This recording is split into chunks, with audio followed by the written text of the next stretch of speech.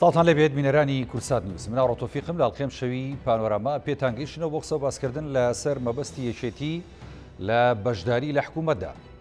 ئێمە شەو ئەم تەورەمان ساز کردووە و هەموو لایەکشمانە زانین کە یەکێتی نیشتیمانی کوردستان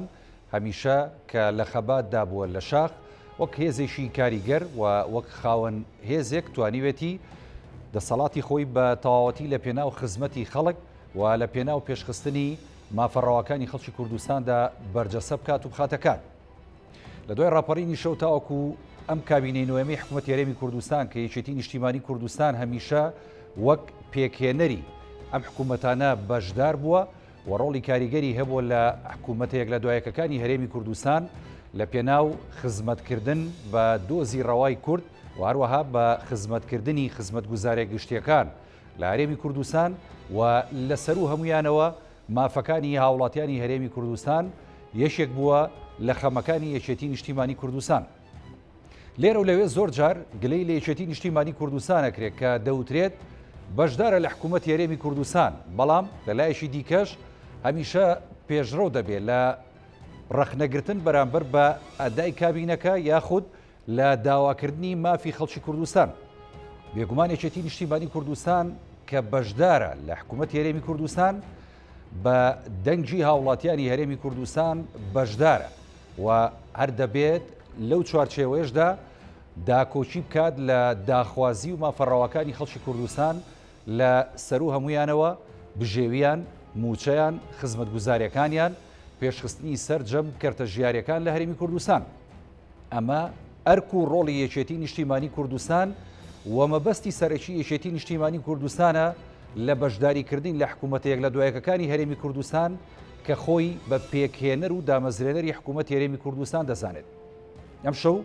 گفتوگۆکەین لەسەر ئەم تەوەرە بە میوانداری زۆر بەڕێز کاک لوقمان وەردی ئەندامی پەرلەمانی کوردستان لە فراکسیۆنی یەکێتی نیشتیمانی کوردستان کە لە شاری هەولێر لەگەڵمانە. کاک لوقمان، ئەم کاتت باش، سوپاس دەکەم کە لە بەرنامەی پانۆراما لەگەڵمانی. وەکو ڕوونم کردەوە لای هەموو لایەکمان ئاشکرایە کە مەبەستی یەکێتی نیشتیمانی کوردستان لە بەشداریکردنی لە پەرلەمان، لە حکوومەت، لە دام و دەستگا گرنگ و هەستیارەکانی هەرێمی کوردستان لەسەر و هەمویانەوە پێشخستنی دیموکراسی و ئازادی و هەروەها داکۆچیکردنە لە مەفەکانی خەڵکی کوردستان. بەگشتی لەسەر ئەم تەوەرە جەنابتان چیەڵن؟ سڵاو لێ ئێوە، سڵاو لە بینەرانی ئازیزی کورسات نیوز. بێگومان وەکو خۆشتان لە پێشەچی بەرنامەکە ئاماژەتان پێدا، یەکێتی نیشتیمانی کوردستان ئەو هێزەیە کە لە دوای نسکۆی شۆڕشی ئەیلول و وەکو ڕێبەرایەتیکردنی شۆڕشی نوێی گەلەکەمان دەستی کردەوە بە خەباتی چەکداری و قوربانیەکی زۆری داوە لە شاخە سەربەرزەکانی قەندیلەوە شۆڕشی دەست پێ کرد بە ڕێبەرایەتی ڕابەری مەزنی گەلەکەمان سەرۆک مام جەلال تاکو ڕاپەڕینی ڕزگاری خەڵکی کوردستان و دواتریش ڕزگارکردنی گەلانی عێراق یەکێتی ڕووباری خوێنی لە پێناوی ئازادی و دەستەبەرکردنی مافەکانی خەڵکی کوردستان داوە و یەکێتی کۆڵەگە و پایەیەکی گرنگە لە پایەکانی حکومڕانی لە هەرێمی کوردستان کە هەمیشە پێی وا بووە ئێمە بە شێوازێک ئەتوانین خزمەت بە ئایندەی گەلەکەمان بە ڕۆڵەکانی گەلەکەمان بکەین کە بتوانین حکومڕانیەکی تەندروست، نمونەیەکی جوانی لە حکومڕانی و دەستەبەرکردنی دیموکراسی و پێکەوە ژیانی هێزە سیاسیەکان بە ئاشتی و تەبایی بتوانین نمونەیەکی جوانی حکومڕانی پێشکەشکەین. لە هەمان کاتدا بنەمای ڕەخنە و ڕەخنە لە خۆگرتن یەکێکی ترە لە بنەماکانی کارکردنی یەکێتی نیشتیمانی کوردستان. وێڕای ئەوەی کە ئێمە پایەکی گرنگی حکومڕانی لە هەرێمی کوردستاندا، بەڵام بە درێژایی ڕابردوو لە کابینەی یەکەمی حکوومەتی هەرێمی کوردستانەوە تاکو ئەمڕۆ کە کابینەی نوێمە هەمیشە یەکێتی نیشتیمانی کوردستان سەڵی نەکردوتە لەوەی کە ڕەخنە و سەرنج و تێبینیەکانی کێماسی و کەم و کوڕیەکانی حکومڕانی خۆی دەست پێشخەر بێ، خۆی پێشەوا بێ لەوەی کە ڕەخنە و کەم و کوڕیەکان بخاتە ڕوو بۆی بتوانین خۆمان ئاوێنەی کارەکانی خۆمان بین و بتوانین بە ڕەخنەی هەواڵەکانی خۆمان، بە ڕەخنەکانی خۆمان بتوانین حکومڕانیەکی تەندروستتر بنیاد بدەین.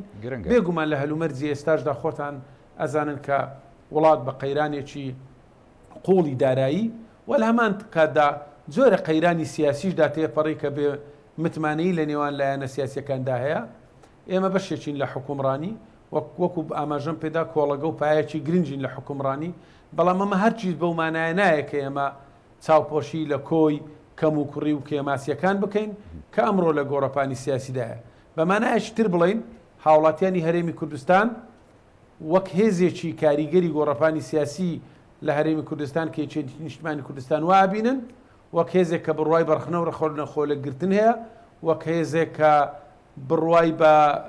زیاتر چەسپاندنی دیموکراسی و بنەماکانی دیموکراسی هەیە زیاتر چاویان لەسەر یەکێتی نیشتیمانی کوردستانە کە داکۆچکارێکی سەرسەختی مافەکانیان بن ئێمە وێڕای ئەوەی کە بەشێکی لە حکوومەت بەڵام هەمیشەوا ڕاهاتوین خۆمان ڕەخنە و کەم و کوڕەکان بخەنە ڕوو ئەو بەمانای نییە کە ئێمە باڵێن دژی حکوومەت و سیستەمی حکومڕانین بەڵام مەدرسەکەی سەرۆک مامزلال ئێمە وا پەروەردە کردووە کە ئێمە خۆمان ڕەخنە بگرین لە هەمان کاتدا لە ژێر بنەمای ئەم ڕەخنانە هەوڵ دەین کێماسی و کەم و کوڕیەکان ڕاست بکەینەوە چەوتیەکان ڕاست بکەینەوە هەوڵ بدەین باشترین خزمەت گوزاری پێشکەش بە هاو نیشتیمانیانی خۆمان بکەین کەواتە کاک لوقمان لەگەڵ ئەو بیرۆکەی کە دەوترێ یەکێتی نیشتیمانی کوردستان قەت ئۆپۆزیسیۆن نەبووە بەڵام هەمیشە لە بەرەی گەل بووە یەکێتی نیشتیمانی کوردستان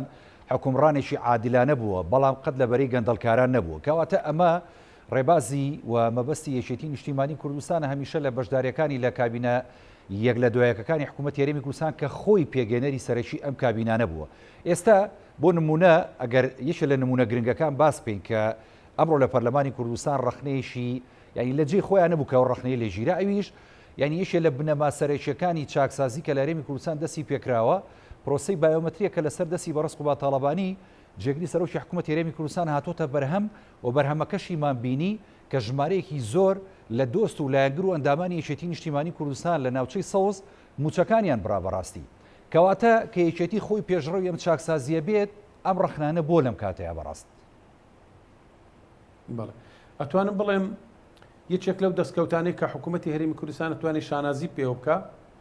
دەستپێکی یەکەمی چاکسازیکردن لە خەرجی لە حکوومەتی هەرێمی کوردستان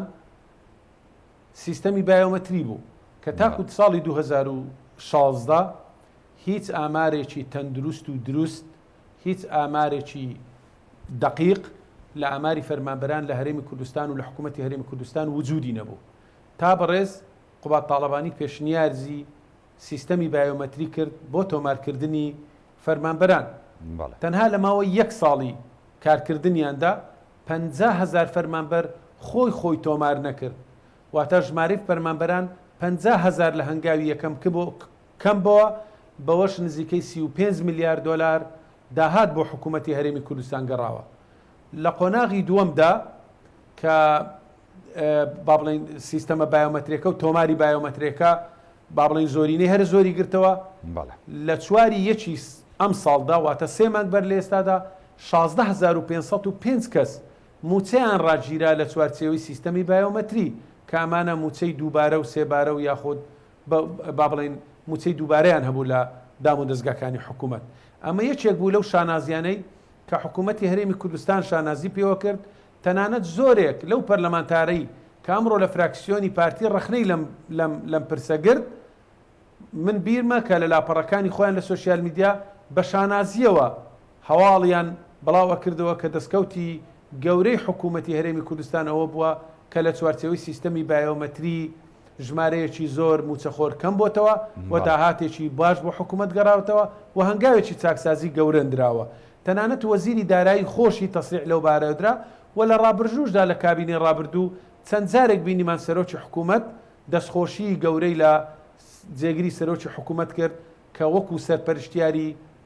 تیمی بایۆمەتری یا سەرپەرشتیاری سیستەمی بایۆمەتریکە بۆ کۆکردنەوەی ئامار و داتای فەرمانبەرانی هەرێمی کوردستان دامەزراوە ئەمە یەکێک بۆ لە هەنگاوە گرنگەکان ئەتوانم بڵێم بەمانایەکی تر جێگری سەرۆکی حکوومەت بەڕێز قوبات تاڵەبانی یەکەم هەڵگری ئاڵای هەڵگری چاکسازی بووە لە دام و دەستگاکانی حکوومەتی هەرێمی کوردستان پێشەوایەتی بڵێ لەکوێ پێویست بوو بێت وەکو سەرۆکی تیمی یەکێتی نیشتیمانی کوردستان لە حکوومەت وەکو تەبەنیکردنی سیاسەتی یەکێتی نیشتیمانی کوردستان لە ناو کابینی حکومی ئاڵا هەڵگری چاکسازی بووە لەکوێ پێویست بوو بێت قوبات تاڵەبانی بڕیارێک دەربکە بۆ چاکسازی سڵی لە هیچ نەکردوتەوە تەنانەت زۆر جار وەکو خۆشتان ئاماژەتان پێدا کە ڕەنگە بە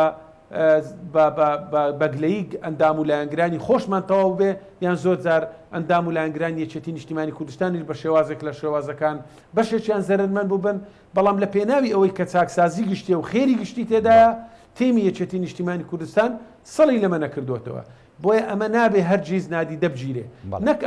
ئەم سیستەمە کە لەسەر ئاستی حکوومەتی هەرێمی کوردستان ستایج کرا بەڵکو لەسەر ئاستی باڵیۆز و قونسڵ و نوێنەری وڵاتان بە هەنگاوێکی گرنگی چاکسازی ناونرا و تەنانەت ئێستا حکوومەتی عراقیش هەنگاوێکە نێ بە ئاراستەی تۆمارکردنی فەرمانبەران لە چوارچێوەی ئەم سیستەمە بۆیە نادیدەگرتنی ئەمە مای نیگەرانیەکانی ئێمەی لێکەتەوە و ئەمە بەڕاستی بە هەوڵێکە زانی کە هەوڵێکی چاواشەکارانەیە بێگومان ئەم ڕاستیانی کە ئێمە ئێستا باسی ئەەکەین لای هاوڵاتیانی هەرێمی کوردستان ڕوونە و دڵنیاشم ئەمە لە مێژوودا بە هەنگاوێکی زۆر گەورە و گرنگ تۆمار ئەکرێ کە یەکێکە لە هەنگاوە گرنگەکانی چاکسازی بۆی ئێمە چاومان لەوەیە کە ئێمە لە پەرلەمانی کوردستان بە کۆی فراکسیۆنی جیاوازەکان لە هەلومەرجێک داژین کە ئەمڕۆ هاوڵاتیان چاوی زیاتریان لەسەر ئێمەیە کە زیاتر داکۆچکار بین لە مافەکانیان بە تایبەت دوای ئەوەی قەیرانی دارایی لە هەرێمی کوردستان سەری هەڵدا دوای ئەوەی سیستەمی پاشەکەوتی موچە داهێنرا دوای ئەوەی لێبڕینی موچە هات دوای ئەوەی هاوڵاتیان و فەرمانبەران بەرگەی ئەو قۆناغە سەختەیان گرت ئێمە وێڕای ئەوەی ئەبێ سوپاسی هاوڵاتیانی هەرێمی کوردستان سوپاسی فەرمانبەران بکەین کاتی ئەوەیە کە ئێمە بە دەنگێکی دلێرانە داوای ئەوە بکەین کە کۆتایی بە سیستەمی پاشەکەوتی موچەی فەرمانبەران بێ ئەرچی حکوومەتی هەرێمی کوردستانە کە باشترین خزمەتگوزاری پێشکێشی هاوڵاتیان و موچەش لە کاتی خۆیدا وەک حەقێکی ڕەوای فەرمانبەران موچە بە کاملی و بە تەواوەتی دابەش بکە ئێمە لە ئەنجامی بەدواداچوونەکانمان بۆمان دەرکەوتووە کە بە پێی ڕاگەیەندراوەکانیان بە پێی ئەو زانیاریانی کە لە وەزارەتی دارایی حکوومەتی هەرێمی کوردستانیش دەستمان کەوتووە ئەم مانگە داهاتی ناوخۆ لە ئاستێکی باشدا بووە و هەروەها داهاتی نەوت بە ئاستێکی باش بووە کە ڕەنگە لە ماوەی لە دوای قەیرانی داراییەوە لە 2014ەوە تا ئێستا هیچ ساڵێک یان هیچ مانجێک بەقەد ئەم مانگەی ڕابردوو ئاستی داهاتەکانی حکوومەتی هەرێمی کوردستان بەرز نەبووبی بەرمەبنای ئەمە ئێمە داوامان کردووە لە فراکسیۆنی یەکێتی نیشتیمانی کوردستان کە پاشەکەوتی موچە یاخود لێبڕینی موچە کۆتایی بێت بۆ ئەم مەبەستە ئێمە لە کۆڕ و کۆبوونەوە لە پێشکەشکردنی یاداشت لە دەرکردنی بەیاننامە هەوڵمان داوە پێشڕەوەتی پێ دوایە ئەو کاردانەوەی ئەمڕۆی ینی ئەندامانی پارتی دیموکراتی کوردستان لە پەرلەمانی کوردستان هۆکاری ئەم داکۆشیکردنە بێت لە مافی خەڵک لە مافی موچەخۆران لە مافی شایستەی هاوڵاتیان هەرێمی کوردستان یان هۆکارەکەی چییە کە بەم شێوە دەیانەوێت کارەکان و ڕەخنەکانیان بەم ئاراستەیە بێ بۆ یەکێتی لە ڕاستیدا ئەوەی با بڵێن فراکسیۆنی پارتی دیموکراتی کوردستان تێڕوانینیان جیایە لەگەڵ ئێمە بۆ حکومڕانی هۆکارەکەی ئەوانەوەیانەوێت بە ڕەش و سپی پشتیوانی لە بڕیارەکانی حکوومەت بکەن ئێمە ئەمانەوێت لە کوێک کەم و کوڕی هەبوو خۆمان دەست لەسەر کەم و کوڕیەکاندا من پێم وایە ئەم سیاسەتەی کە ئێمە لە فراکسیۆنی یەکێتی نیشتیمانی کوردستان تەبەنی ئەەکەین ئەمە ڕاست و دروستەکەیە ئێمە خۆمان با بڵێن ڕەخنەگر بین ئێمان خۆمان داوا و داخوازی خەڵک بگەین ئێمە نوێنەری خەڵکی کوردستانین هاوڵاتیانی هەرێمی کوردستان کاتێک دەنجیان بە ئێمە داوە متمانەیان بە ئێمە داوە بۆ ئەوەیە داوا و داخوازی و خواستەکانی هاوڵاتیان بگەینینە حکوومەت بۆیە باشترین خزمەتگوزاری پێشکەشکەین کاتێک کە حکوومەت با بڵێن داهاتی پێویستی لەبەردەستە و درێژە بە لێبڕینی موچەدا ئەبێ ئێمە فراکسیۆنی ئێمە لە یەکێتی نیشتیمانی کوردستان ئێمە چاومان لەوێ فراکسیۆنی پارتی و فراکسیۆنەکانی تریش پشتیوانیمان بکەن بۆی ئێمە فشار لەسەر کابینەی تازەی حکوومەت بکەین بۆی بێن کۆتایی بەو لێبڕینەی موچە بێن من پێم وایە ئەمە ڕێگە ڕاست و دروستەکەیە ناکرێ برادران لە فراکسیۆنی پارتی کاتێکە هەواڵێکی ئێمە پەرلەمانتارێکی ئێمە سەرنجێکمان دەربڕی ڕەخنەیەکمان لە حکوومەت گرت پێیان وابێ ئەمە کەعبەر و خاو دنیا خراب و نەخێر نابێ ئێمە ڕەخنە لە حکوومەت بگرین زۆر جار ینی کاک لوقمان ڕقسەکانیش پێ بڕم زۆر جار ینی ئێوەی ئەندامانی پەرلەمانی کوردستان لە فراکسیۆنی یەکێتی ینی لەسەر ئەومیان و ڕەخنەتان لە تیمی یەکێتی گرتووە زۆر جار ینی بۆ دەبێ خۆ یەکێتی خۆ پێگەنەری حکوومەتە بۆ دەبێ ینی بەرامبەرەکەت و لایەنەکانی دیکە بەم شێوەیە قەڵس بن کاتێکە تۆ ڕەخناگری لە حکوومەت ڕەخنەکەشە چوارچەوەی پێشخستنی کارەکانی حکوومەت و خزمەتی زیاتری هاوڵاتیانە بەگشتی بێگومان ئێمە وەکو فراکسیۆنی یەکێتی نیشتیمانی کوردستان ڕەنگە بەقەد ئەوەی کە لە هۆڵی پەرلەمان ڕای و سەرنجەکانمان دەرەبڕین دوو بەرابەری ئەوە لە ڕێگەی یاداشت و نووسراوەوە ڕەخنە و سەرنج و تێبینیەکانمان داوا و داخوازیەکانی هاوڵاتیان ئەگەینینە ئەنجومەنی وەزیران و ئەگەینینە تیمەکەی خۆمان و تەنانەت لە کۆبوونەوەکانمان ڕخنە لە تیمەکانی لە تیمی خۆشمانەگەین تەنانەت سەرۆکی تیمی یەکێتی نیشتیمانی کوردستان لە حکوومەت لە کۆبوونەوەکان وا ئێمەی پەروەردە و ڕاهێناوە کە ئێمە خۆمان سەرنج بەر لە هێزە ئۆپۆزیسیۆنەکان بەر لە فراکسیۆنەکانی تر ئێمە سەرنج و تێبینیەکانی خۆمان بدەین و سەرنج و تێبینەکانی خۆشمان لە چوارچێوەیەکی با بڵین چوارچەوەی پەیڕەوی ناوخۆی پەرلەمان ئاراستە کردووە بۆیە من پێم وایە با بڵین حساسیت دروستکردن بەمەکە ئێمە ڕخنەیەک لە حکوومەت بگرین کە ئەمە کارێکی ڕاست و دروست نییە لەبەر ئێمە بەشێکین لە حکوومەت من پێم وایە ئەمە دروست نییە من ئومێدوارم برادرانمان لە فراکسیۆنی پارتی تەراجع لەم ڕەئیە بکەنەوە چونکە بەڕە لە ڕاستیدا ئەمە ڕەئیەکی دروست نییە خۆمان ئەبێ سەرنج و تێبینیەکانمان بخۆینە ڕوو خۆمان ئەبێ داوا و داخوازیەکانی هاوڵاتیان بخەینە ڕوو خۆمان ئەبێ کارتی فشار بەرامبەر بە حکوومەت با بڵین بەرز بکەینەوە بۆ ئەوی داوا و داخوازیەکانی هاوڵاتیان جێبەجێ بکەین خۆمان بەشێک بین لە چاکسازیکردن خۆمان داوا بکەین کە کاکە داهاتی نەوت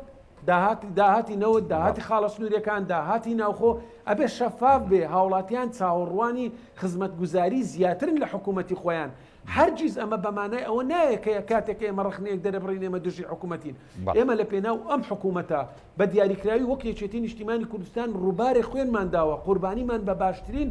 لە فەرماندە و سەرکردەکانی خۆمان داوە ئێمە خاوەنی ئەم حکوومەتین ئێمە لە پێناوی جێگیرکردنی پایەکانی ئەم حکوومەتە ئێمە لە پێناو کیانی کوردستان قوربانیەکی زۆرمان نەک هەربەتێ دێکۆشەرەکانی خۆمان داوە بەڵکو قوربانیمان بە دەستکەوتە حیزبیەکانیشمان داوە یەکێتی نیشتیمانی کوردستان وا ڕاتوە هەمیشە لە پێناوی خێری گشتی لە پێناوی ئاشتەوایی گشتی لە پێناوی خزمەتکردنی کۆمەڵانی خەڵکی کوردستان قوربانی بە دەستکەوتە حیزبەکانی خۆشی داوە بۆیە ئێمە لەسەر ئەم ڕێچکەیە بەردەوامە بین و ئەبێ برادرانیش تەفەهومی ئەوە بکەین کە خۆمان ڕخنە و سەرنجەکان بگەینین خۆمان داوا و داخوازیەکانی هاوڵاتیان بگەینین ئەمە من پێم وایە ڕێگا ڕاست و دروستەکەیە بۆیە حساسیت بوون بەمە و هەراسان بوون بەمە کارێکی ڕاست و دروست نییە من ئومێدوارم ئەوانیش بێن ئەم ڕێچکەیە بگرن هاوشانی ئێمە بەیەکەوە وەکو یەک تیم هەوڵ بدەین فشار لەسەر حکوومەتی خۆمان بکەین بۆی بتوانی داوا و داخوازی هاوڵاتیان و فەرمانبەران جێبەجێ بکەین زۆر جار کاک لوقمانانی ئێمە بینیومانەوە لە سەعاتە وەختەکانە جۆمان لێ بۆ کە ینی تیمی یەکێتی لەلایەن هاوسەرۆکانی یەکێتی لەلایەن ئەندامانی سەرکردایەتی و مەکتەبی سیاسی یەکێتیەوە زۆر جار لەو ینی ئاراستانی کە ئامانجیان خزمەتکردنی خەڵکی کوردستان بەرەو پێشبردننی دیموکراسی و ئازادی بۆ لە کابینەیەک لە دوایەکانی حکوومەت هێرێمی کوردستان پشتیوان بوون و کاتێک کە هاوسەرۆکان و ینی ئەندامانی مەکتەبی سیاسی و سەرکردایەتی و زۆر جار لایەنگرانی یەکێتیش ئەگەر کارێک وەکو جەناب دەڵێ کە بە دڵیان نەبوو بێت لە حکوومەت هێرێمی کوردستان لەسەر هەمویان و ڕخنیان لە تیمی یەکێتی گرتووە و تیمی یەکێتیان بان کردوتەوە چۆنەڵی زۆر جار لێپرسینەوە کراوە لە بەرامبەر هەندێک کەم و کورتی کە بەسەرانە تێپەڕیوە کەواتە ئەوەی کە یەکێتی کە بە دروستی لە حکوومەتی هەرێمی کوردستان لە کابینەی نوێم کە هەندێک کەس پێی وابوو لە ڕابردویان و بەشدارە بەڵام نەخێر یەکێتی وە کۆمولایەکمان نەزانین پێکێنەرێکی سەرەکی حکوومەتی هەرێمی کوردستانە دەبێت درێژە بدات بەم ئاراستەی کێسە کاری لەسەرەکە یاخود نەخێر ئەم ڕخنانەی وەسێنێ ئەزا ئێمە وەکو ئاماژەم پێدا ئەم حکوومەتە بەری ڕنج و خەبات و تێکۆشانی گەلەکەمان و قوربانیدانی شۆڕشی نوێی گەلەکەمانە بە ڕێبەرایەتی ڕێبەری مەزنی گەرەکەمان سەرۆک مامجلال ئەم حکوومەتە بەرەنجامی خەبات و تێکۆشانی خەڵکی کوردستانە ئەم حکوومەتە میراتی باوکی کەس نییە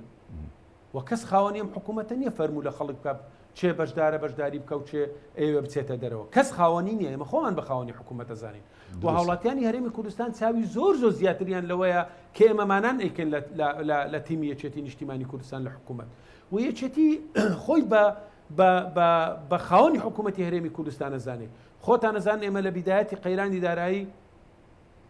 نەمان شاردەوە ئیعلانمان کرد کە قوڵایی استراتیژی هەرێمی کوردستان بەغدایە جەختمان کردەوە پەیامی سەرکردایەتی یەکێتی پەیامی هاوسەرۆکانی یەکێتی نیشتیمانی کوردستان پەیامی تیمی یەکێتی نیشتیمانی کوردستان لە حکوومەت تاکیدمان لەسەرەوە کە قوڵای استراتیژی هەرێمی کوردستان بۆ چارەسەرکردنی قەیرانی دارایی بەغدایە بۆ ئەمە بەستا یەکێتی نیشتیمانی کوردستان پێشڕەوایەتی دانوستانەکانی هەرێمی کوردستانی گرت تا سەرنجام نەوەستان ڕێکەوتن نامەی پەسەندکردنی بودجەکرا و شایستە دارایەکانی هەرێمی کوردستان لە چوارچێوەی بودجە عێراق جێگیر کرا بۆ یەکێتی خاوەنی ئەم حکوومەتەیە کەس ناتوانێت فەرموو لە ئێمە بکە کەس ناتوانێ مزایدە بە ئێمەوە بک بڵێ ئەگەر ئێوە شەریکە نەبێ شەریک بنەگەی ئۆپۆزیسیۆن نەبێ ئۆپۆزیسیۆن. یەکێتی نیشتیمانی کوردستان ئەو هێزەیە کە حکومڕانی بەبێ یەکێتی نیشتیمانی کوردستان لە هەرێمی کوردستان مەحاڵە سەرکەوتوو بێ. کەواتە هاوکێشەکە بەبێ یەکێتی ناتەواو لە هەرێمی کوردستان سەرکەوتون بێ. نەخێر سەرکەوتوو نابێ حکومڕانی لەم وڵاتە بەبێ یەکێتی نیشتیمانی کوردستان بەڕێوە ناسی یەکێتی بەشێکی کاریگەر و پایەیەکی گرنگە لە پایەکانی حکومڕانی لە هەرێمی کوردستان. لەسەر ئەم بنەمایە ئێمە خۆمان بە برس ئەزانین لە بەرامبەر داوا و داخوازەکانی خەڵکی کوردستان. بۆ ئەوەشە دەنگمان دلێرە بەرامبەر بە گەیاندنی داوا و داخوازەکانی خەڵک. بۆیەشە ئێمە سڵ ناکەینەوە لەوەی کە بە دەنگێکی درێرەڵین ئەوەی ئێستا بەرامبەر هاوڵاتیانی هەرێمی خزمەتانی بەرامبەر بە هاوڵاتیانی هەرێمی کوردستان نەکرێ. هاوڵاتیان شایستەی خزمەتکردنی زیاترن و چاوی زیاتریان لەسەر ئێمەمانانە. بۆ ئەم مەبەستە ئێمە بەردەوامە بین لەوەی کەوا لە سەنگەری داکۆچیکردن لە مافەکانی خەڵکی کوردستانە بین و لە هەمان کاتدا بڕوای تەواویشمان بەکاری هاوبەش و پێکەوەییەوە. پێمان وایە ئەم دۆخەی هەرێمی کوردستان بەکاری پێکەوەیی هەموو هێزە سیاسیەکان بەتایبەت هێزە سیاسیەکانی بەشدار لە حکوومەتی هەرێمی کوردستان بەیەکەوە ئەتوانین هەرێمی کوردستان لەم قۆناغە سەختە تێپەڕینین و خزمەتگوزاریەکی باش پێشکەشی هاوڵاتیان بکەین و هەرێمی کوردستان بگەینە کەناری ئارام. بە پێچەوانەوە هەر لێکترازانێک بێگومان بە زیانی هەموو خەڵکی کوردستان و بە زیانی حکوومەتی هەرێمی کوردستانیش تەواوی. بۆیە ئێمە خۆمان بەخاوەنی ئەم ئەزمونە و ئەم حکومڕانی ئەزانین و سەنگەری داکۆچیکردنیش لە مافەکانی خەڵکی کوردستان بۆ کەس تۆڵ ناکەین. هەمومان ینی زۆر جارەوەمان بینی و کاتێک یەکێتی نیشتیمانی کوردستان لە سەروبەندی هەم هەڵبژاردنەکان هەم لە دوای ئەوەی کە کابینەکانی حکوومەت پێکێنرێ و ینی دەبێت یەشێک لە پێکێنەرانی ئەو کابینەیە ینی ئەجندا و بەرنمەیەشی دوورمەودا و استراتیژی هەیە بۆ خزمەتکردن هەم بە کابینەکە هەم لە بوارە خزمەتگوزاریەکان هەم لە بوارە ژیارەکان کە پەیوەندی بە هاوڵاتیان و خەڵکی هەرێمی کوردستان و دۆزی ڕەوای کوردەوە هەیە لە هەرێمی کوردستانە. ینی بەڕای جەنابتان یەکێتی نیشتیمانی کوردستان لە ڕابردوو لە ئێستاش ئەو بەرنمەی کە دای ئەڕێژێ بۆ پێکێنان لە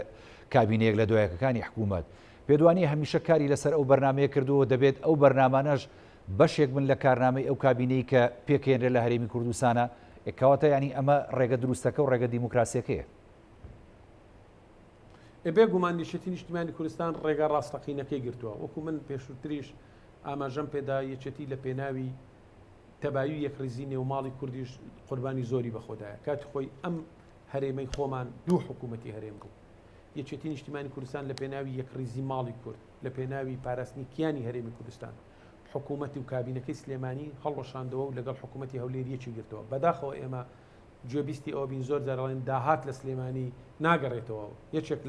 لەو قسە لەو دەنگە ناشازانەی کە ئەمڕۆ لە نەهۆڵی پەرلەمان گوێبیستی بووین و پێی نیگەران بین و پێمان وە بە ئەمە قسێکی نامەسئولانە بوو ئەوەیە کە داهات لە سلێمانی ناگەڕێتەوە. بە نسبەتی ئێمە هاوڵاتیەک لە گەرمیان بێت یان لە کوێستان،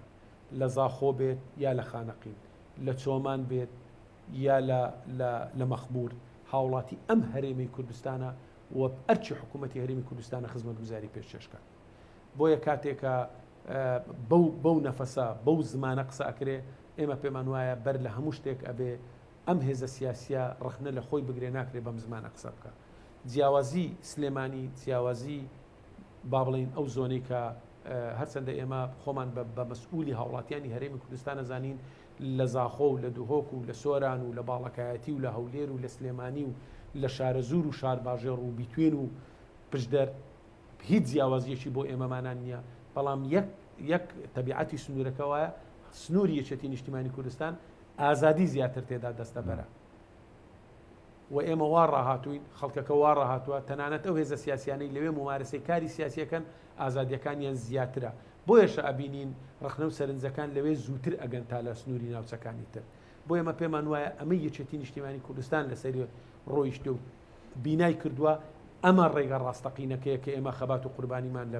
لە پێناوداوە. ئەمە بەرنامە و مەبادیئی یەکێتی نیشتیمانی کوردستان و دەستەبەرکردنی ئازادیەکی تەواو بۆ هاو نیشتیمانیانی هەرێمی کوردستان. ئێمە ئومێدەوارین ئەو دەنگە ناشازانە کۆتاییان پێبێت. هەرێم هەم یەک هەرێمی کوردستانە، هەمومان بەیەکەوە جوانین، هەمووشمان تەواوکەری یەکترین. ئەوەی یەکێتی نیشتیمانی کوردستانی ئەکات خزمەتکردنە لە پێناوی هاوڵاتیەکی گەرمیان و هاوڵاتیەکی زاخۆ. ئەوەی یەکێتی نیشتیمانی کوردستان داکۆچی ئەکا جیاوازی بۆ نییە داکۆچیگەکە لە هاوڵاتیەک لە پشدەر و بیتوێن لەگەڵ هاوڵاتیەک لە دەشتی هەولێر بۆ یەکێتی نیشتیمانی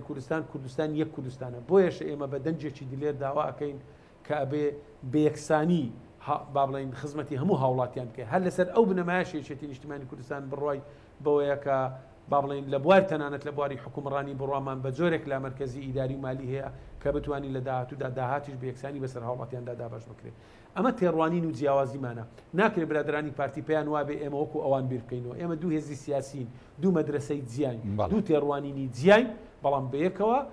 ئیتفاقێکمان کردو حکوومەتمان پێکێنەوە بەڵام تێڕوانی یەکێتی نیشتیمانی کوردستان مەدرسەی یەکێتی نیشتیمانی کوردستان لەگەڵ مەدرسەی پارتی دوو مەدرسەی جیان بەڵام ئەکرێ هەردووکمان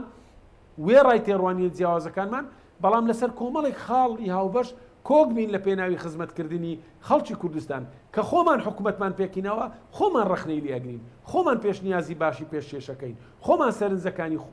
سەرنجەکانمان دەین خۆمان بە دوواداچوونەکەین خۆمان پێشنیازەکەین بۆ هەمە چەشنەکردنی سەرچاوەکانی داهات بۆ تاکسازیکردن لە سەرچاوەکانی داهات بۆ ئەوی بتوانین ئەم وڵاتە لەو قەیرانە سەختە تێپەڕینین بۆیە ئەم نەفەسە بیرکردنەوە من پێم وایە نەفەسێکی تەندروست نییە و خزمەت بە کابینەی حکوومەت و بەئایندەی هەرێمی کوردستانیش ناکات. کاکڵخوان زۆرێک لە چاودێرانی دۆخی سیاسی و ئەوانەی کە چاودێرن بەسەر حکوومەتی هەرێمی کوردستان و دۆخەکەەوە ینی هەمیشە و قسەیە دەکەن دەڵێن لە کاتی هەر قەیرانە قورسەکاندا هەر لێ قەومانە قورسەکان کە بەسەر حکوومەتی هەرێمی کوردستاندا هاتووە لە ماوەکانی ڕابردوو و خەڵکی کوردستانیش کە بەشێک بوون لەو مەینەتی و نەهامەتیانی کە چەشتویانەوە بەدەست ئەو قەیرانانی کە هاتووە ینی زۆر جار یەکێتی ینی خراوەتە ژێر بارێکی تاقیکردنەوە کە پێویستە بێتە دەرەوە لەو حکوومەتەوە حکوومەت هەڵبۆشێنێتەوە بەڵام هەمیشە یەکێتی نیشتیمانی کوردستان و هێزە بووە کە شانی داوەتە بەر نەهامەتیەکان بەر قورسایەکان تاوەکو هەم حکوومەتی هەرێمی کوردستان هەم خەڵکی هەرێمی کوردستان بگەینێتە ئەو کەنارە ئارامی کە هەمیشە هەوڵی بۆ داوە یەکێتی بەمانەوەی لە حکوومەت و بەردەوامیدان بە پرۆژە خزمەتگوزاریەکانی لە حکوومەت ئەتوانێت چۆن بەرپەرچی ئەم پروپاگەندانە باتەوە لە داهاتووداوە ئێوەی ئەندامانی پەرلەمان ئەتوانن چۆن ئەم ئەرزیەتە فراهەمکەن و ئەو لێکتێگەیشتن و تەبایە زیاتر دروستکەن لە نێوان خۆتانە. ئێمە چۆن لە ڕابردوودا لە ڕۆژگارە سەختەکاندا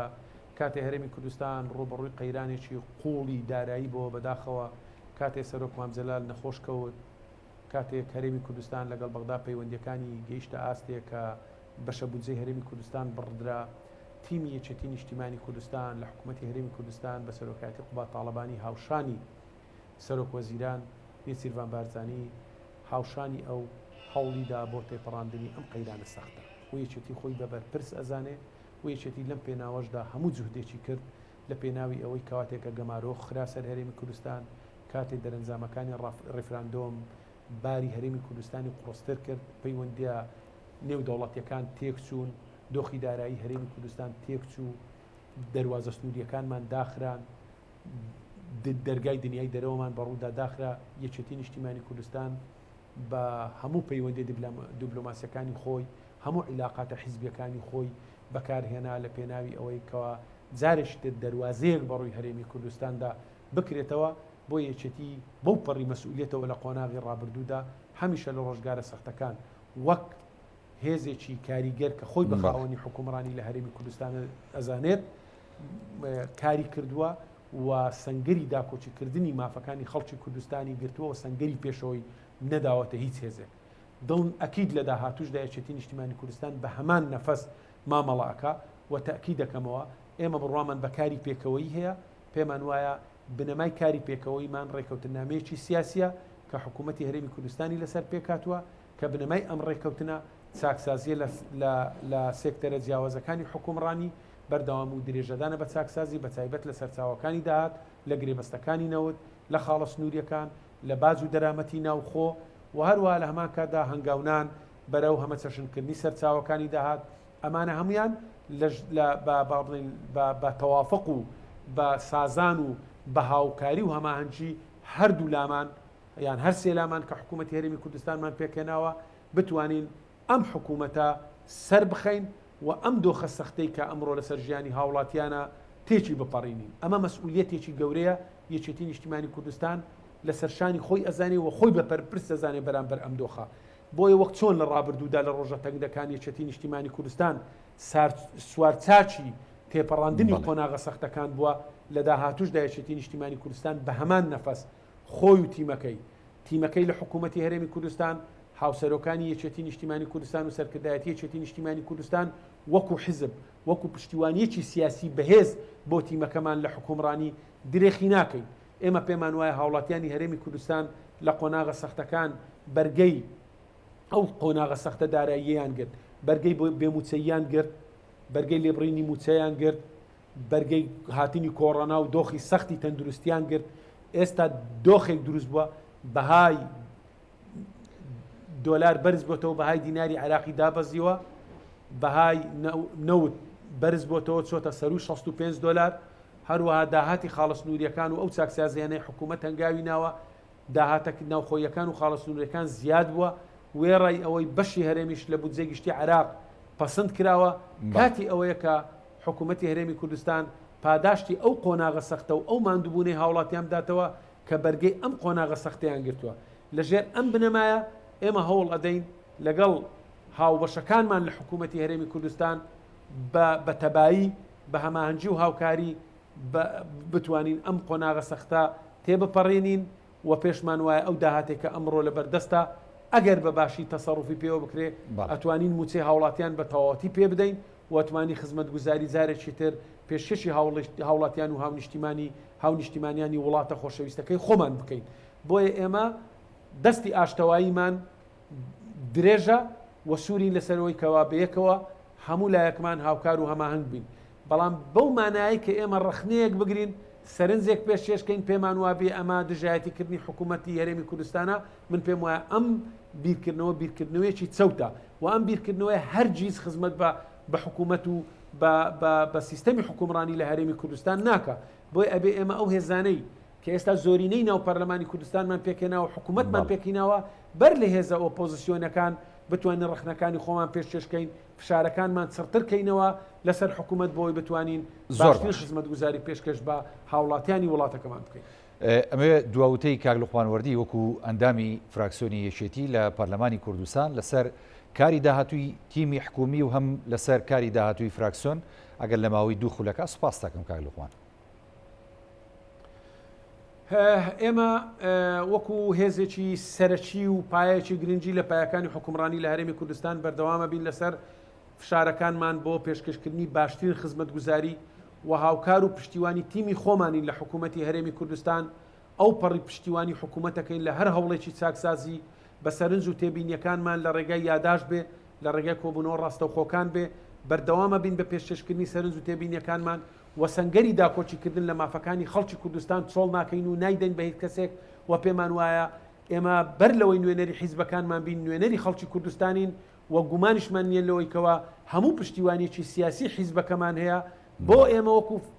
فراکسیۆنی یەکێتی نیشتیمانی کوردستان ئێمەش پشتیوانی تەواوی تیمەکەی خۆمانین لە حکوومەتی هەرێمی کوردستان لە پێناوی ئەوەی کەوا بتوانین ئەو قۆناغە سەختەی کەوا بە هەموو لایەکمان تێکی بپەڕینین و سەرەتایەکی خۆشگوزەرانی داهاتوویەکی باش بۆ میلەتەکەمان مسۆگەر بکەین. پێمان وایە ئەمە سیاسەتە ڕاست و دروستەکە یەکێتی نیشتیمانی کوردستانە و ئێمە بەردەوامە بین لەسەرەوەی و پەیامیشمان بۆ هاوبەشەکانمان و